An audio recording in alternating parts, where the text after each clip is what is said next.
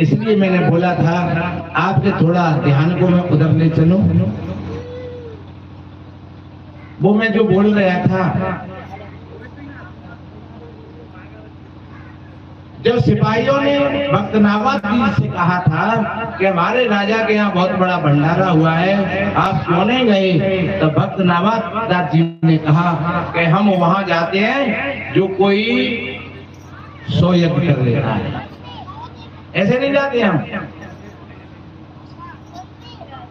तो सिपाही लौट करके पहुंचे और महाराज से कहा, महाराज एक महात्मा है वो भक्त नावादास, और वो नहीं आया, उसने कहा है कि हम वहां जाते हैं जो कोई 100 यज्ञ कर लेता है। भीमसेन ने कहा हम ले आएंगे। तो भीमसेन गए, कहे महात्मा चल रहा होगा, नहीं खाना खाए।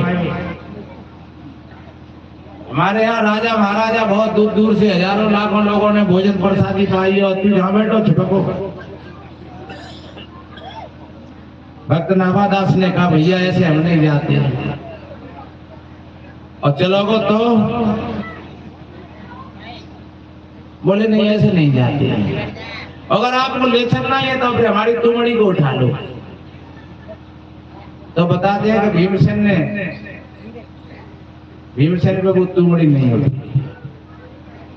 ध्यान रखो, जहाँ गर्व होता है ये अहंकार होता है, और तुमड़ी उठने का मतलब मैं तो यही समझता हूं कि शायद कि तेरी तुमड़ी मैं उठाऊंगा,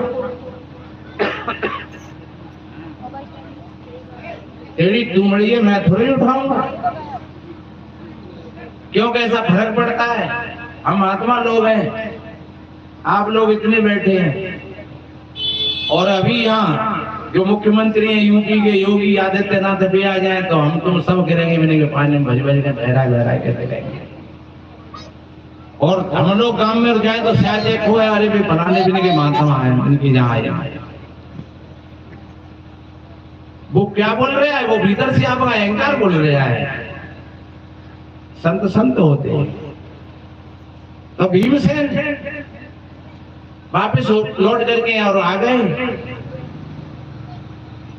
तब भगवान कृष्ण ने बताते हैं इशारा किया कि उनको सिर्फ ला सकती है तो फिर द्रौपदी ला सकती है। और द्रौपदी ने फिर बड़े भाव से स्नान करके और बड़ी श्रद्धा से और द्रौपदी गई वहां और जाकर के चरण वंदना करी, चरण स्पर्श किए और कहा भगवान हमारे यहाँ भंडारा है और आप चलिए, हम आपको लेने के लिए आए हैं। महात्मा ने कहा द्रौपदी हम वहां जाते हैं जो कोई 100 यज्ञ कर लेता है। तब द्रौपदी ने कहा महाराज आपके ये शब्द है, संत मिलन को चालिए तज माया अभिमान, और जो जो पग आगे पड़े कोट में यज्ञ समान। मेरे कदम वहां से और यहाँ तक कितने पड़ गए होंगे, अब आप संभाल लो। महात्मा जी ने कहा तो क्या तुम मेरे तुमा को उठा लोगे? बोले महाराज तुमा को नहीं, मैं तो आपको भी कंधा पर लेकर के चलूंगा। महात्मा जी ने आशीर्वाद दिया और खड़े होकर के चले। और बताते हैं जब वहां पहुंचे और द्रौपदी ने बड़ी श्रद्धा से भोजन बनाया, और भोजन बना करके जब भोजन परोसे तो 36 प्रकार के तो महात्मा होते हैं। उन्होंने सारा भोजन गट्टमट्ट कर लिया। द्रौपदी के चित्र में फिर थोड़ी सी घृणा पैदा हुई। जब थोड़ी सी घृणा पैदा हुई कि देखो मैंने 36 प्रकार के भोजन बनाए और महात्मा ने सबका सब गलमल कर दिया।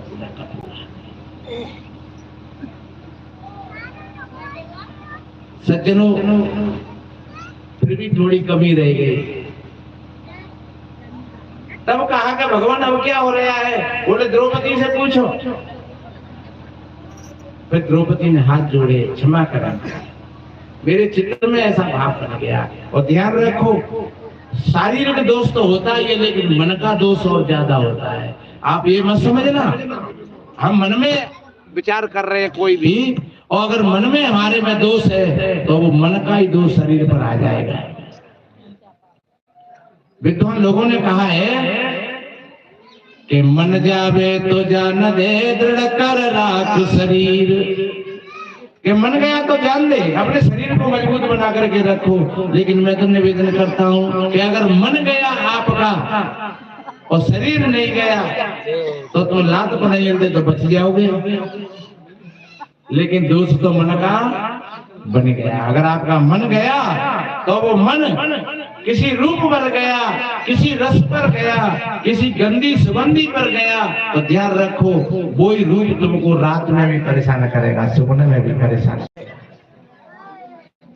इसलिए सज्जनों, पहले जितनी बीमारी है वो हमारे मन के ही अंदर में आती है। और जब भक्त ने भोग लगाया तो एकदम घंटा ढनन ढनन ढनन ढनन ढनन और तालियां बज गई कि महाराज इतने ब्राह्मणों ने भोजन पाया, कोटान कोट विप्राणा है, कितने ब्राह्मणों ने भोजन पाया लेकिन घंटा नहीं बजा। तो इसमें क्या कारण था? तब किसी ने कहा कि सच्चे अर्थों में जितने जो ब्राह्मण हैं वो जाकर के किसी जलाशय में अपना मुंह देखें। और जलाशय में मुंह देखने का मतलब है कि अपनी छवि को अपनी ईमानदारी से देखें कि हम कौन हैं। सच्चे अर्थों में जो ब्राह्मण शब्द का जो अर्थ शास्त्रों में बताया है, क्या वैसे हम हैं कि नहीं? अगर नहीं है तो फिर नाम मात्र के ब्राह्मण शब्द से कल्याण होने वाला नहीं है। तो जब बताते हैं कि सभी ब्राह्मणों ने जाकर के अपनी छवि देखी, उसमें जाकर के तो किसी को अपना चेहरा बंदर का जैसा नजर आया, जैसे नारद जी का चेहरा बंदर का था। अरे बंदर का नहीं था, लेकिन उनकी छवि और उनका उलना फांदना बैठना वो बता रहा था सब। और हमारे भीतर की छवि को जो समझदार लोग होते हैं वो जान लेते हैं कि भीतर में क्या चल रहा है इसके। इन्हें ऊपर की आंखों से तो नहीं देखता मामला, लेकिन जो भीतर की आंखों से देखते हैं वो भीतर की आंखें वो सब कुछ बता देती हैं। जैसे संत एकनाथ जी को गधा बच्चा में भी भगवान दिख रहा था और हमें इंसानों में भी भगवान नहीं दिखता है, क्योंकि हम ऊपर की आंखों से देखते हैं। तो इसलिए मेरे बहन भाइयों, हम एक सच्चे और अच्छे इंसान बने। आज का बड़ा अच्छा सुनहरा दिन है, एक मानव शरीर मिला है, ये साधनों का धाम है। देखिए इस दृष्टांत से जो भक्त नावादास का जो दृष्टांत है, इसको सिद्धांत को समझने के लिए हमें भावनाओं के तल पर सभी भाई बहनों को एक होना है। कोई छोटा नहीं है, कोई बड़ा नहीं है। जो मैंने पहले बोला था, एक है त्वचा हाड़मल मूत्रा, एक रुद्र ये गुधा, एक बुंद से सृष्टि रची है, को ब्राह्मण को शूद्रा। रजोगुण ब्रह्मा तमोगुण शंकर, सतोगुणी हरि होई, और कहे कबीर राम रंग रहिए हिंदू तुर्क में। सतगुरु कहते हैं अपने राम में रम जाओ। और कबीर साहब जी तो ने थोड़े से खरी शब्दों में ने ज्यादा टेट करके कहा, इसलिए लोग कबीर साहब जी को कम पसंद करते हैं। कोई इस्लाम भैया दिख गया और वो बोल पड़े, क्यों भाई सुन्नत कराए तुरक जो होना औरत से क्या कहिए, और अर्ध शरीरी नारे में घानी दासो हिंदू रहिए। क्यों भैया, अगर तुम खुदा के यहाँ से ही अगर तुम इस्लामियत लेकर के आते तो फिर जहां सुन्नत कराने की कौन सी जरूरत पड़ेगी तुम्हें? और फिर सुन्नत कराई तुमने तो चलो तुम्हारी तो सुन्नत होकर के तुम इस्लाम हो गए, लेकिन तुम्हारी बीवी के पास में कोई परिचय है इस्लामियत का, तो फिर वो तो हिंदू या नहीं रही। तो फिर आधे हिंदू और आधे हाँ इस्लाम। कोई पंडित जी ठीक है होंगे जनेऊ डाल करके, तो कोई पंडित जी से बोल पड़े पैर जनेऊ जो ब्राह्मण होना तो मैरी क्या पैराया, और वो जन्म की शुद्ध पर से तुम पांडे क्यों खाया।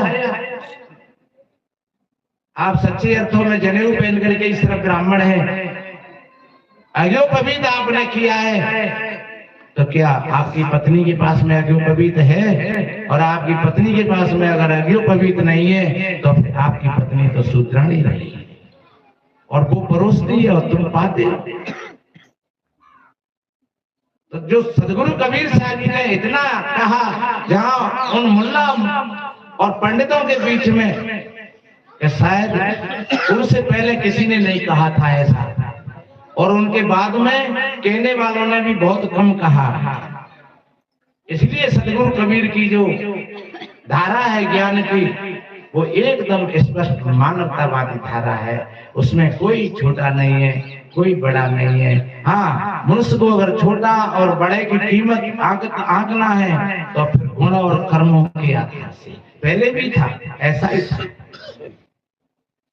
एक भैया अगर चरित्र और व्यवहार से घिरा हुआ है तो वो छोटा है, वो हल्का है। शराब पी है, गुटखा खा लिए, मुख में से बदबू आ रही है, तो आपको मुंह से बोलना पड़ेगा, चाहे कोई भी। अगर आप नहीं खाते पीते हो, आपको बदबू आएगी और आप कहोगे भैया नहीं, उधर उधर। और आप बिल्कुल साफ स्वच्छ हो बाहर और भीतर से, तो सज्जनों फिर हम में और आप में कोई फर्क नहीं है। इसलिए हम सभी भाई भाई हैं। हम एक अपना भाईचारा बनाए, कंधा से कंधा लगा करके चले।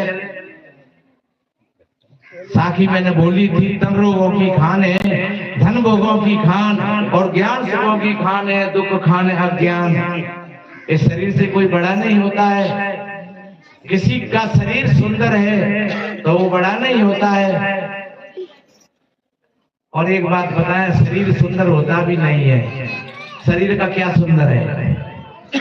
अरे सुंदर तो जब भीतर बैठो है, और जब वो सुंदर निकल जाता है तो कितना बढ़िया सुंदर शरीर हो। लोग जो कहते हैं चलो ले चलो जल्दी, और सुंदर शरीर है और 50,000 की उसको साड़ी या सूट पहना दिया है, पैंट शर्ट पहना दिया है, लेकिन उसमें तो सुंदर निकल गया है, तो वो 50,000 का सूट भी बेकार हो गया। 5 किलो सोने से उसके शरीर को ढक दिया है, लेकिन जब उसमें से सुंदर निकल गया तो वो 5 किलो सोना भी असुंदर हो गया। इसलिए मेरे बहन भाइयों, ये शरीर सुंदर नहीं है, शरीर के भीतर में जो बैठा हुआ है, जिसको कहते हैं सत्यम शिवम सुंदरम, वो सत्य है, वो शिव है और वो सुंदर है। उस शिव को हम पहचाने, बाहर नहीं भटके हम।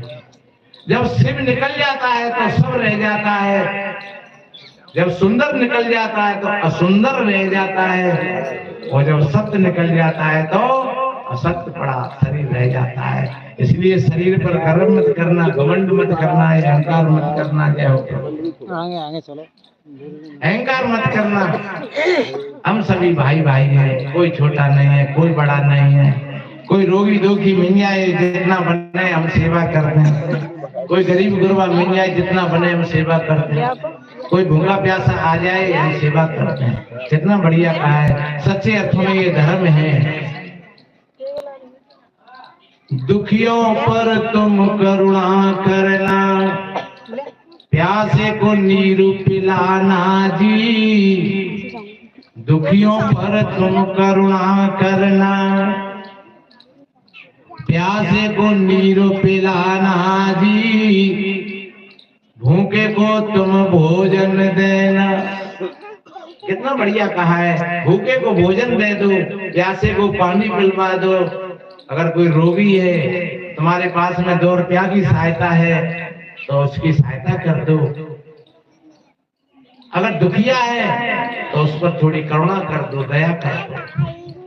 बस इसी से व्यक्ति बड़ा होता है। मैंने एक छंद में बोला था, उस समय माइक नहीं चल रहा था, कि धनी होना चाहे तो धर्म करिए रे नरे, और गुणी होना चाहे तो पहचानिए अपने गुण निपुण। जो भलाई चाहे तो बुराई पे बचसना, और मान बढ़ो चाहे तो छोड़े अभिमान को। ज्ञानी होना चाहे तो तू सदगुरु की शरण ले, और भ्रम से छूटना चाहे तो छोड़े भ्रम ज्ञान को। कहत कबीरा सुख चाहे तो और मुक्त होना चाहे तो ले पर किया आत्म ज्ञान को। कितनी बढ़िया बात कही। अगर धनी होना चाहते हो तो आप धर्म करिए, देने की आदत बनाओ। आज से संकल्प लो, जो तुम देते जाओगे बांटोगे, और जैसी चीज बांटोगे वही तुमको मिलेगी। अच्छा बांटोगे तो अच्छा मिलेगा, और गलत बांटोगे तो गलत मिलेगा।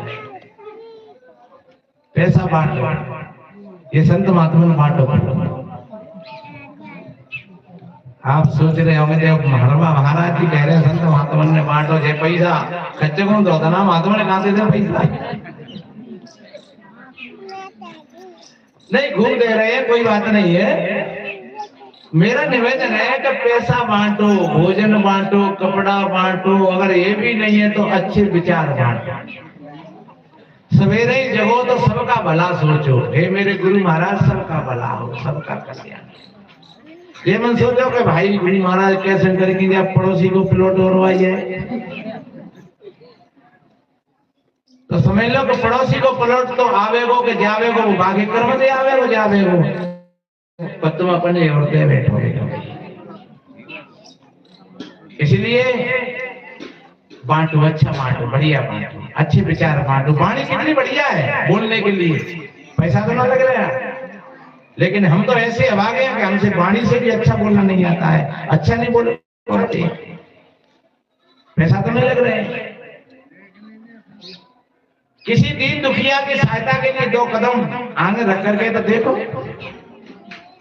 और मैं दावे के साथ कहता हूं, अगर आपका ऐसा भाव बनेगा तो ये पूरा का पूरा ब्रह्मांड तमाम अनंत शक्तियों से भरा हुआ है, और आप देने के काबिल हो जाओगे। आप देने का भाव बना लो, और मैं दावे के साथ कहता हूं आप दानियों की लाइन में आ जाएंगे धीरे धीरे। और आप कंजूस प्रवृत्ति में रहे तो आप कंजूस ही बने रहोगे। आप लेने वालों की लाइन में आ जाओगे तो आप भिखारी बन जाओगे। एक दिन आप भिखारियों की लाइन में पहुंच जाओगे, तो देने की शक्ति बना करके रखोगे, प्यार से देते जाओगे। आज 1 रुपया दो, कल 2 रुपया दो, परसों 3 रुपया दो, 5 रुपया दो, 10 रुपया दो। और मैं दावे के साथ कहता हूँ तुम इतने देने वाले हो जाओगे कि तुम देते जाओ और भंडारे में कमी नहीं पड़ेगी, आपके भंडारे में कमी नहीं पड़ेगी। बताते हैं राजा भोज 100 मन सोने का दान करते थे, और रानियों ने सोचा कि अगर ऐसा ही होता रहा तो फिर हमारे तो खजाने खाली हो जाएंगे, हमारा राज्य खाली हो जाएगा। तो रानियों ने सीधा सीधा तो राजा से नहीं कहा, तो फिर कुछ घुमा फिरा करके और अपने मंत्री से कहलवाया, मंत्री जी आप राजा को समझाओ नहीं कि इस तरीका से ये दान करते हैं तो इस तरीका से सब खजाने खाली हो जाएंगे। तो मंत्री की भी हिम्मत नहीं पड़ी सीधा सीधा कहने के लिए। तो सामने जो राजा बैठते सिंहासन पर, सामने ही एक पिलर था, कोई खम्भ था, तो उस सामने की पिलर पर मंत्री ने लिखा, मुसीबत के लिए, परिस्थितियों के लिए संपत्ति की सुरक्षा करना व्यक्ति का धर्म है। अपनी संपत्ति की सुरक्षा करिए। और जब राजा सिंहासन पर बैठे, सीधी निगाह वहीं पड़ी, तो वो जान गए कि ये कहां से मंत्र चल रहा है। जब दरबार समाप्त हुआ, राजा खड़े होकर के गए, तो राजा भोज ने नीचे लिखा कि पुरुषार्थ करने वालों पर कभी आपत्ति नहीं आई। दूसरे दिन फिर मंत्री ने लिखा कि दैव गति से कभी कभी पुरुषार्थ करने वालों पर भी मुसीबतें आ जाती है, आपत्ति आ जाती है। तब राजा भोज ने फिर लिखा कि तो फिर तो जुड़ा हुआ धन भी नष्ट हो जाएगा। जब ऐसा ही होगा तो फिर जुड़ा हुआ धन भी नष्ट हो जाएगा, चोर ले जाएगा, आग लग जाएगी, राजदंड लग जाएगा। जब ऐसा ही होगा तो फिर उसको कौन रोक सकता है। अन्यथा पुरुषार्थ करने वालों पर न तो कभी आपत्ति आती है और न कभी धन की कमी आती है। और बताते हैं राजा भोज का इसमें नाम था कि वो जीवन भर और वो एक ही धारा में रहते रहे, चलते रहे। तो आप देना सीखें, बढ़िया अच्छा बांटो। धनी होना चाहे तो धर्म कर एरे नर, और गुणी होना चाहे तो पहचान अपने गुण। तुम बेवकूफ नहीं हो, तुम अज्ञानी नहीं हो, तुम निर्गुणिया नहीं हो। तुम्हारा हृदय है वो ज्ञान और गुणों की खदान है पूरा का पूरा। खोदो तो सही। हमारे महात्मा जी बोल रहे थे पहले, संतो साहिब जी, कि जब जानी जानी नहीं अब निकली पहचान, और टांकी मारी शब्द की तब निकली कंचन खान। जब तक नहीं जाना तब तक नहीं जाना, और जब जानने में आई तो टांकी मारी शब्द की निकली कंचन। आपका हृदय बहुत बड़ी समृद्धि से भरा हुआ है। आप दरिद्री नहीं हो, आप कंगला नहीं हो, आप अज्ञानी नहीं हो, आप मूर्ख नहीं हो। जिनको भगवान कहते हैं, भगवती कहते हैं, वो आप लोगों में थी, कोई अलग नहीं थी। जितनी जो देवियां हैं भाई, वो आप जैसी देवियां थी। जितने जो महापुरुष हुए वो आप जैसे भाइयों में से हुए थे, जिन्होंने अपने हृदय को विकसित किया, जागृत किया, वो भगवान कहलाए। अरे भगवान बुद्ध, भगवान राम, भगवान कृष्ण जी आदमी तो थे। कौन थे? सदगुरु कबीर, संत श्री रविदास महाराज, या दयानंद, या सरस्वती, विवेकानंद, या फिर हमारे वर्तमान में संत महात्मा बैठे हुए हैं। ये कौन है? कहां से आए? कोई नीचे से निकल करके नहीं आया और कोई ऊपर से कूद करके नहीं आया। जैसे हमारा तुम्हारा जन्म हुआ, सबका वैसे ही सबका जन्म हुआ।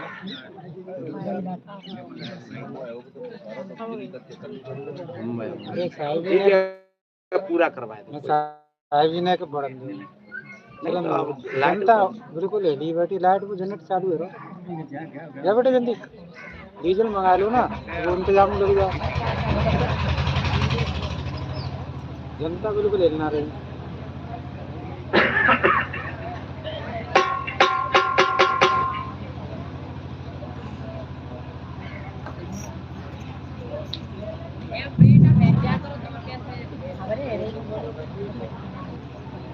हाँ तो भैया 2-5 मिनट की और बात है, और थोड़ी देर। तो मैंने निवेदन किया, कितना बढ़िया कहा है, संकल्प हो हमारा इंसान हम बनेंगे, इंसान बन गए तो भगवान भी बनेंगे, इंसान बन गए तो भगवान भी बनेंगे।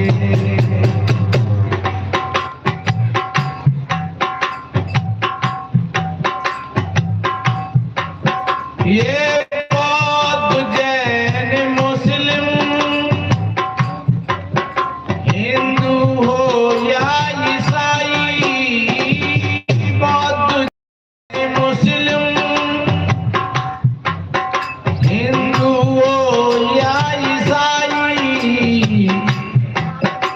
आपस में भाई भाई, आपस में भाई भाई, हम प्रेम से मिलेंगे। संकल्प हो हमारा इंसान हम बनेंगे, इंसान बन गए तो भगवान भी बनेंगे, इंसान बन गए तो भगवान भी बनेंगे। हम सभी इंसान हैं। आज से 400 वर्ष पहले सिख नहीं थे, 1450 वर्ष पहले इस्लाम नहीं था, 2024 वर्ष पहले ईसाई नहीं थे, और 2500 वर्ष पहले जैन और बौद्ध भी नहीं थे, तो कौन थे? का इंसान थे, तो अपने इंसान ही बन जाए। आज भी इंसानों की जरूरत है, इसलिए कितना बढ़िया कहा,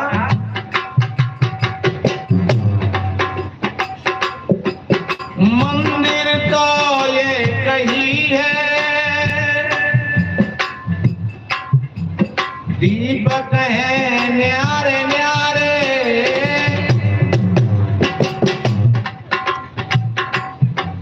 मंदिर तो ये कही है, दीपक है न्यारे न्यारे, लगते हैं कितने प्यारे। कितने अच्छे लग रहे हैं सब। हरे रंग के कपड़ा पहने, कोई लाल रंग के कपड़ा पहने, कोई सफेद रंग के कपड़ा पहने, कोई थोड़े रंग के सावले है, तो कोई गेहुआ, कोई गोरे, कोई ठगने, कोई लंबे, लेकिन हंसते और मुस्कुराते हुए चेहरा कितना बढ़िया लग रहा है। ये मंदिर है, मंदिर तो ये कही है, दीपक है न्यारे न्यारे, लगते हैं कितने प्यारे, लगते हैं कितने प्यारे, लगते हैं कितने प्यारे।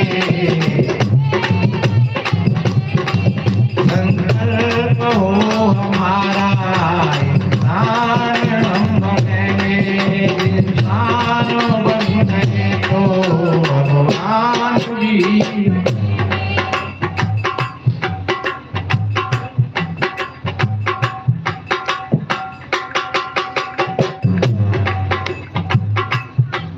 हम ये कही चमन के फूल न्यारे न्यारे, बगीचा एक ही है, लेकिन ये गेंदा की प्यारी है, तो ये गुलाब की प्यारी है। और अपने आप में फूल फूल होता है। कोई कह के बताओ गुलाब का फूल बढ़िया होता है तो गेंदा हो, लेकिन ये ध्यान रखना, गेंदा का फूल भी अपने आप में पूर्ण है, तो उसको हम कम नहीं कह सकते। और गुलाब का तो गुलाब का है, इसलिए फूल तो फूल होते हैं। सदगुरु कहते हैं, हम ये कही चमन के हैं फूल न्यारे न्यारे, लगते हैं कितने प्यारे, खिलते रहे खिले, लगते कितने प्यारे, खिले, संकल्प हो हमारा, इंसान बनेंगे, इंसान बनेंगे।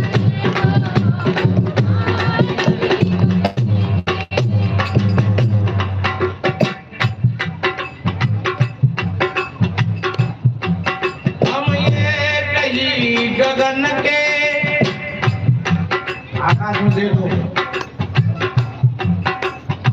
जब तारामंडल चमकता है वो तरैया कितनी सुंदर सुंदर लगती है, पूरा तारामंडल। हम ये कहीं गगन के चमके हुए सितारे, लगते कितने प्यारे, लगते हैं कितने प्यारे, संकल्प हो हमारा, इंसान बनेंगे, इंसान बनेंगे तो भगवान भी बनेंगे, इंसान बनेंगे तो।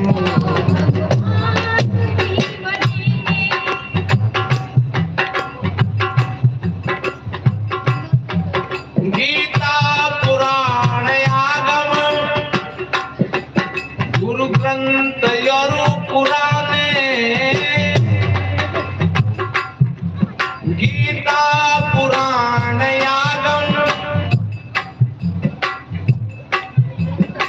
गुरु ग्रंथ और पुराने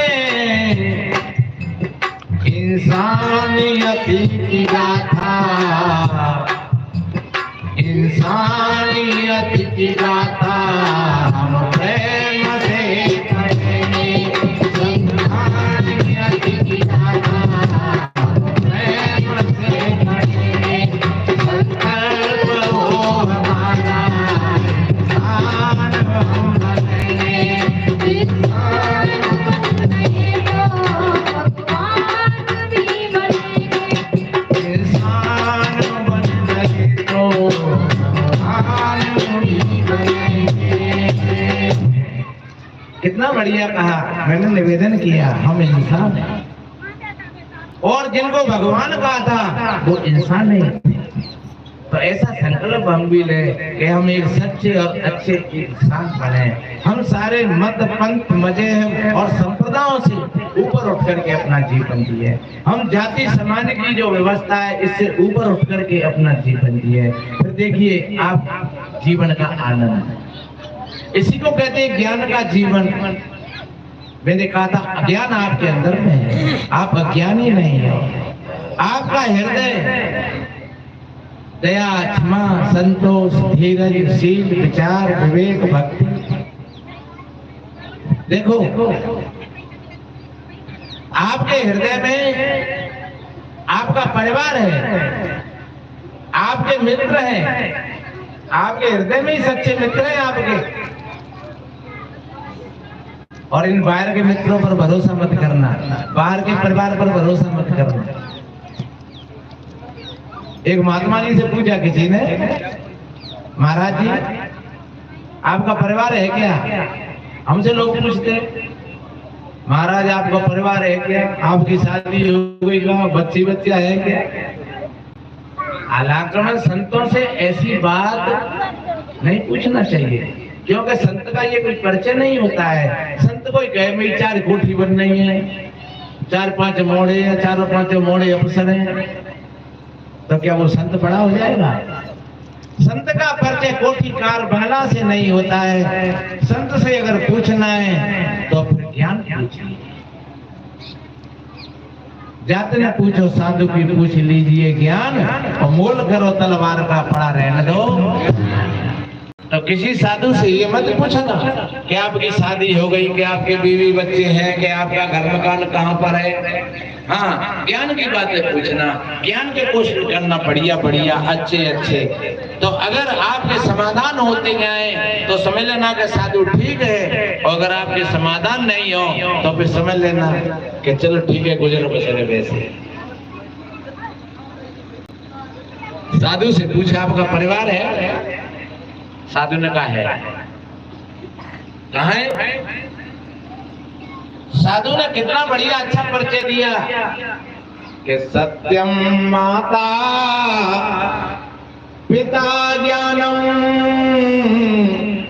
धर्मो भ्राता दया सखा शांति पत्नी क्षमा पुत्रो सड़ेते मम बांधवा।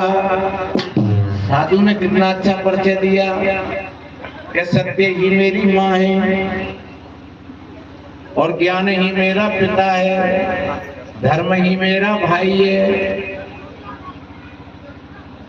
और दया मेरा सखा है और क्षमा पुत्र है और शांति पत्नी है, और मैं अपनी शांति स्वरूपा पत्नी के साथ में ही सहवास करता हूँ। ध्यान रखो, बाहर के परिवार के लिए तो कवि बिंद ने कहा है ये बाहर का परिवार काम नहीं देगा। साथी ये मित्र गंगा के जल बिंदु पान तक, परिवार के सब लोग चलेंगे शमशान तक। बेटा भी अर्धांगिनी भरेगी तो केवल मकान तक, बेटा भी हक निभाएगा वो अग्निदान तक। यहाँ से तो आगे धर्म ही साथी, यहाँ से तो आगे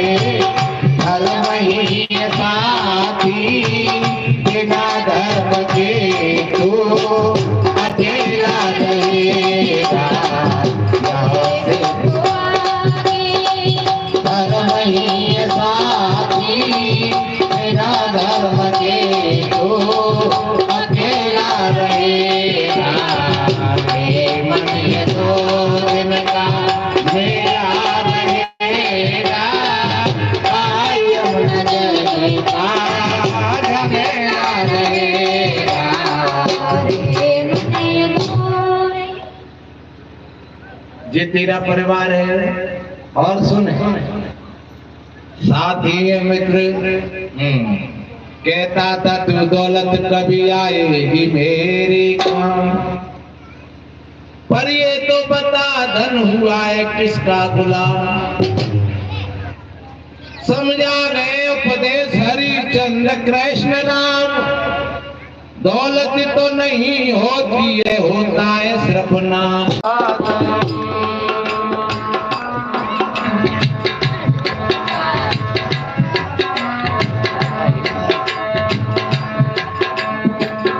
हाँ, थोड़ी देर के लिए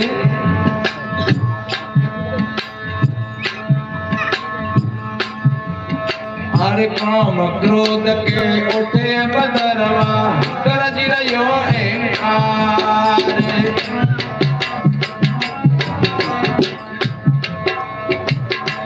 और एक बात बताएं, माया, लोग कहते हैं कि स्त्री माया है, बहुत बड़ी भूल है। लोग कहते हैं पैसा माया है, बहुत बड़ी भूल है। लोग कहते हैं बच्ची बच्चा माया है, ये घर मकान माया है, ये काम धंधा करना माया है।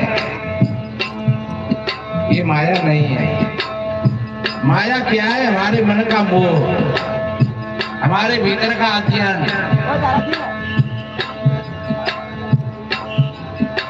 जैसे अभी 4 दिन पहले कितना कोहरा था, हाथ नहीं दिख जाता। और जब ऐसा ही कोहरा हमारे भीतर में छाया रहता है, ऐसे ही बादल हमारे भीतर में छाए रहते हैं, तो फिर जैसे उस कोहरा में कुछ नहीं दिखता है, ऐसे हमको भी कुछ नहीं दिखता है। उसको माया कहा है। देखिए, हर काम क्रोध के उठे बदरवा, गरज रहियो अहंकार। काम क्रोध के उठे बदरवा, गरज रहियो अहंकार। गरज रहियो अहंकार।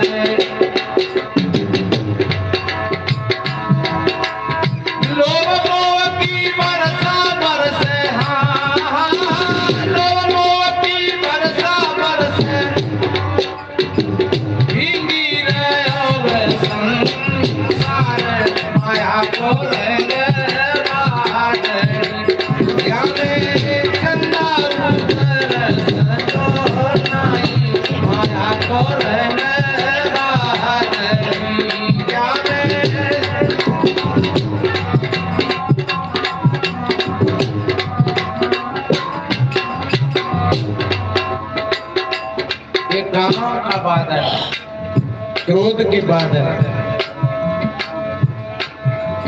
यही माया का रूप है। ये काम अंधा है और क्रोध बहरा है, लोभ लंगड़ा है और मोह लंगड़ा है। काम क्रोध के बादल और ये अहंकार की गर्जना और लोभ मोह की बरसात में संसार के प्राणी भीग रहे हैं। और देखिए,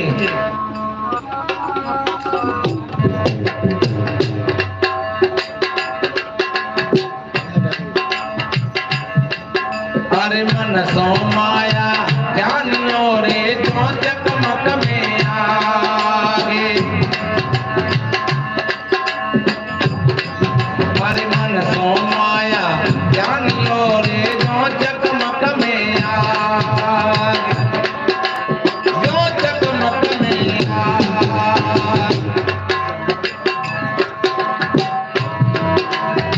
जो इच्छा है राम मिलन की,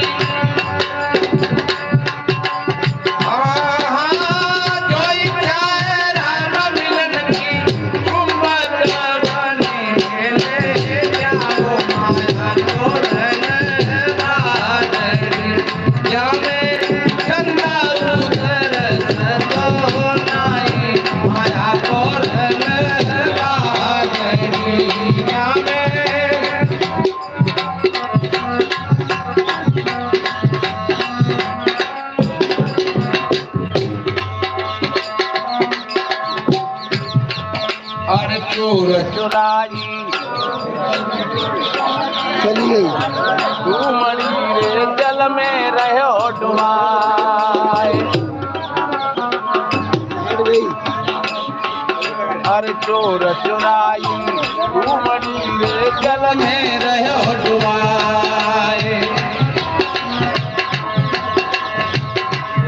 एक महात्मा की डूमड़ी को चोर लेकर भाग जाओ और बाने सोची महात्मा तो पीछे रहेगा और कोई तालाब मिला तो उसमें कोई स्नान करने लगा चोर। और तब तक महात्मा पहुंच गए और वह महात्मा को देख करके अब काट की डूमड़ी को वो जल में डुबाने का प्रयास करता है और वो ऊपर उछल करके आती है। आप सोच रहे होंगे ये चोर पागल था जो काट की डूमड़ी को जल में डुबाने का प्रयास कर रहा है। और वो कोई और चोर की बात नहीं है, हम और आप लोग ही हैं ऐसे। अरे चोर चुराई डूमड़ी रे जल में रहो डुबाए।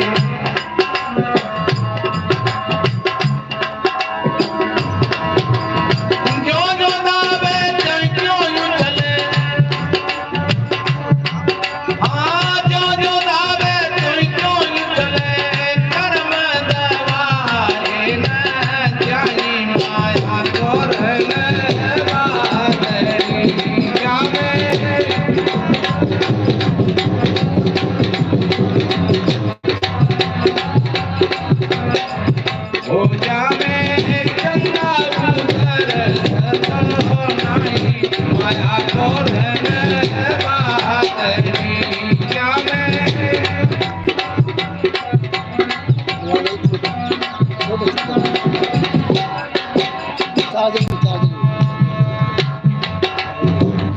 और हम सोचते हैं ऐसे ही कि हम झूठ तो बोल ले, लेकिन कभी पता नहीं लग जाए लोग झूठा कह रहे हैं। हम चोरी तो कर ले खाओगी पर कभी पता नहीं लग जाए इनका लोग चोर कहेंगे। हमारा भी ऐसा भाव होता है और हमारा ही नहीं, आपने कथा सुनी होगी महाराज दशरथ ने आज तक किसी से नहीं कहा था। और जब राम और लक्ष्मण और सीता तीनों वनवास में चले गए और सुमंत लौट करके आया और सुमंत से पूछा क्यों भैया राम लौट करके आए कि नहीं आए? बोले महाराज वो नहीं आए। अब ध्यान आया, कौन सा ध्यान आया? ये तो बात बहुत पुरानी थी लेकिन अब तक क्यों नहीं कहा?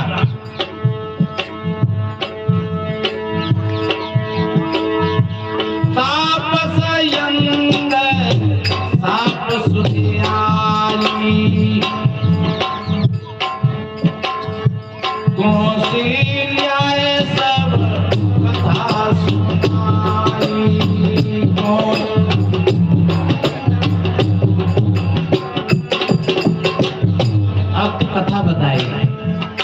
मैं एक बार शिकार खेलने के लिए गया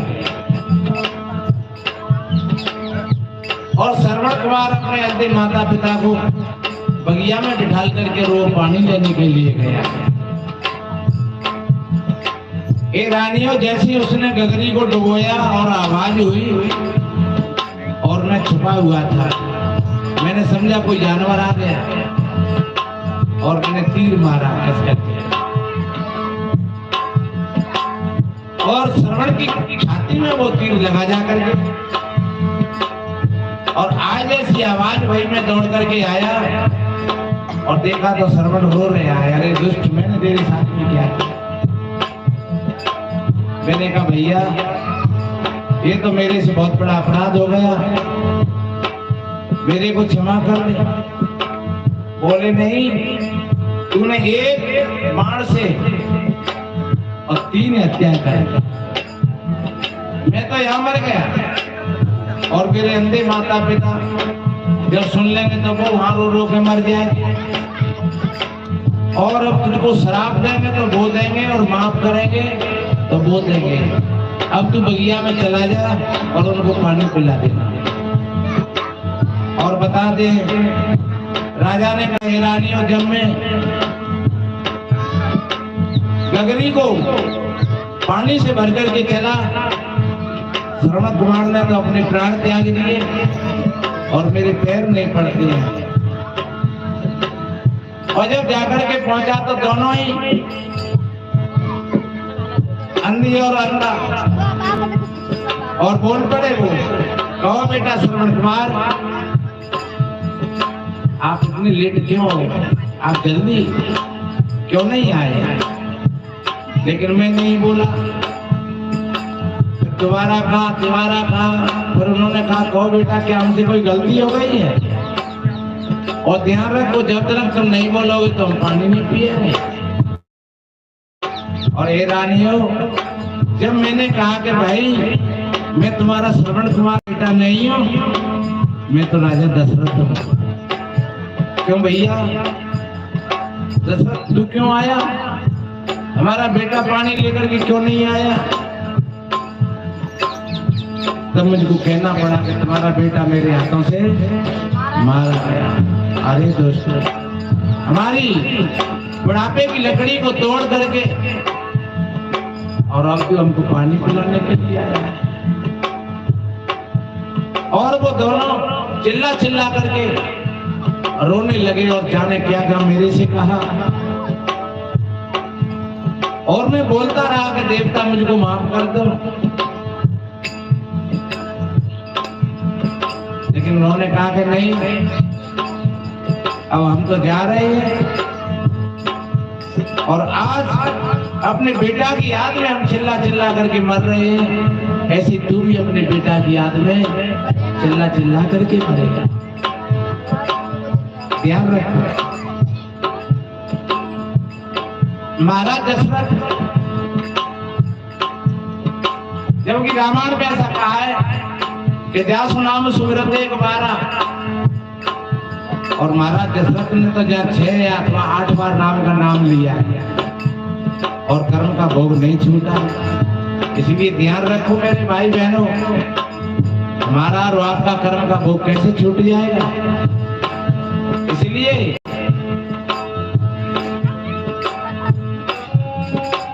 राम राम कही, राम कही, राम राम कही राम,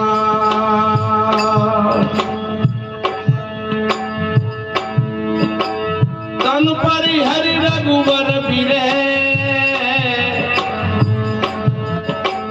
राव गए सुरधाम।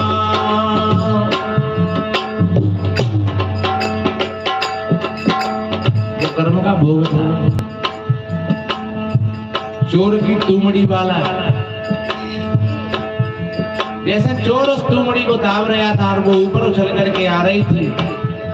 राजा दशरथ जी ने बहुत छुपाया था उसको, लेकिन वो छुपा नहीं, उसको भोगना ही था।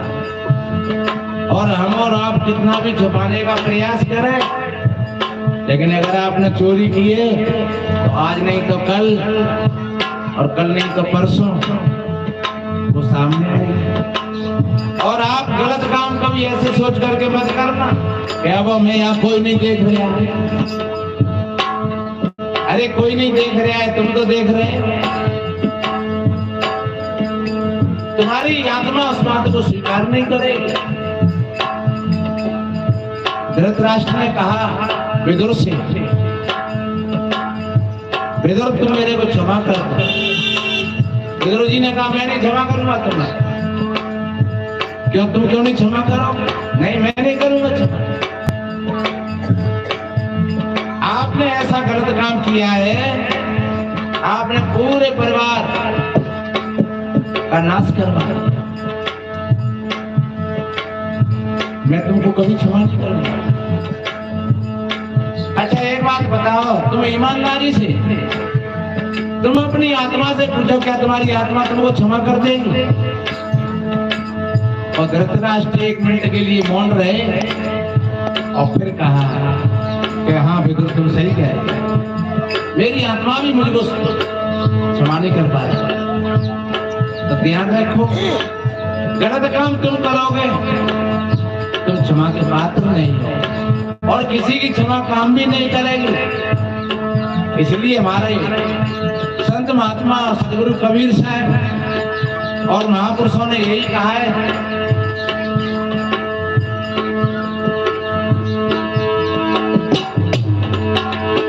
जो जो दावे कोई कोई चले,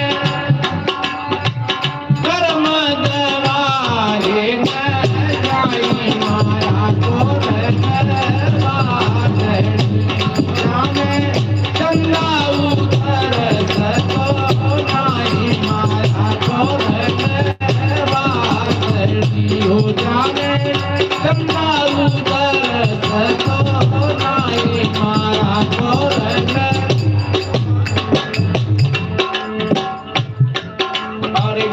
पवन जब से चले बादल गए ढलाए, जैसा सुबह का कोहरा, और जब हवा चली तो वो फट गया। एक हवा होती है वो बादलों को सघन बनाती है, और एक हवा होती है वो बादलों को तोड़ देती है। एक को प्रेरक कहते हैं, एक को शोषक कहते हैं।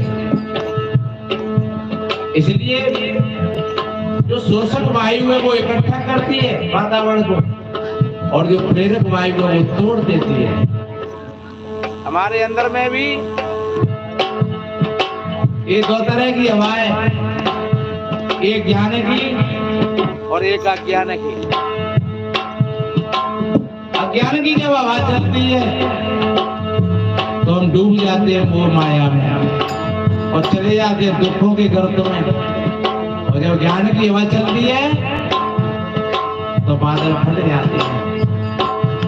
यहाँ पर अब आप लोगों का चित्त माया गड़बड़ कर रहा है बार बार, लेकिन फिर भी आपकी जिज्ञासा और इस धारा में जुड़ी, ज्ञान की धारा में, मेरे ज्ञान की धारा में जुड़ी। और जब यहाँ से खड़े होकर के जाएंगे तब आपको पता लगेगा कि लेट हो गया था, भैंस खड़ी हो गई, पानी नहीं लगे। लेकिन वो यहाँ पर बैठे हुए हो आप लोग, अब न भैंस की चिंता, न गाय की चिंता, न खेत खिराने की चिंता, न बच्ची बच्चे की चिंता। ऐसा भाव बना रहे हैं, उसको ज्ञान देखिए। ज्ञान पवन जब से चले रे बादल गए ढलाए,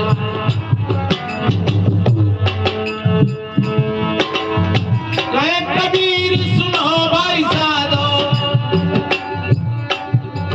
हाँ कहे कबीर सुनो भाई साधो, संशय रे भर मन साई माया को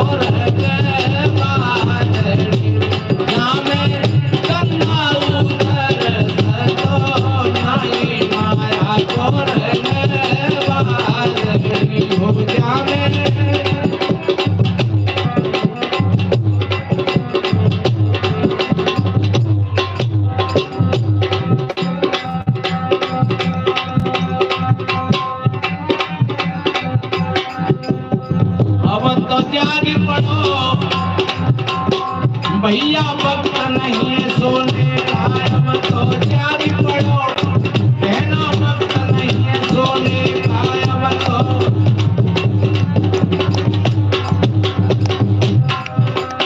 बहुत दिन बीते सोते सोते, जीवन जीते रोते रोते,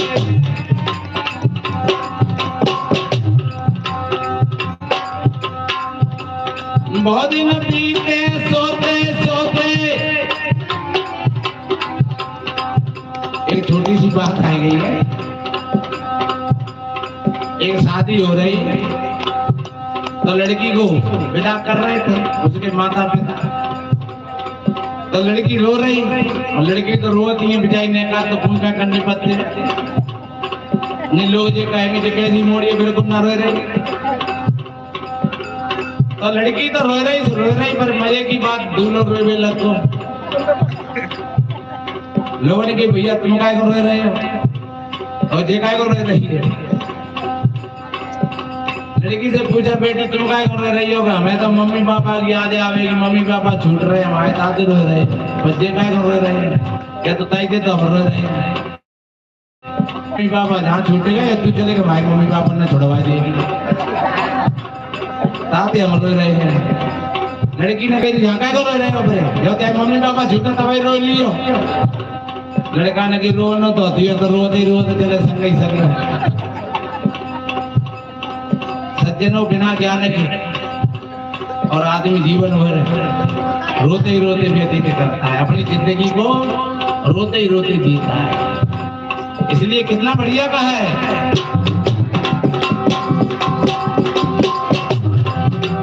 बहुत दिन बीते सोते सोते,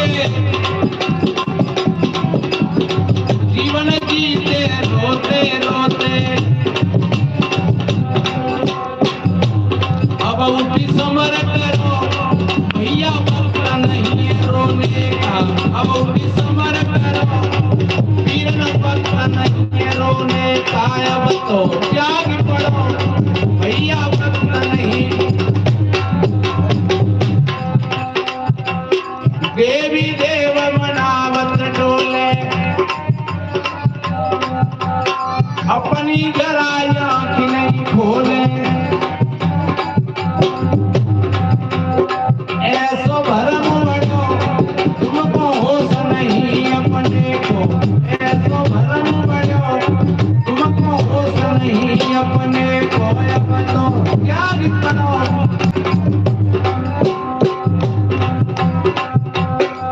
और ये भूल कहाँ से पड़ी, ये हमारे गुरु लोगों ने हमको भटका दिया।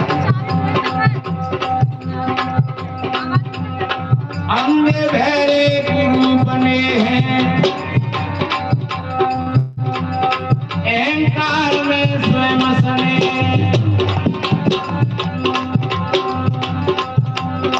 अंधे बहरे गुरु बने हैं,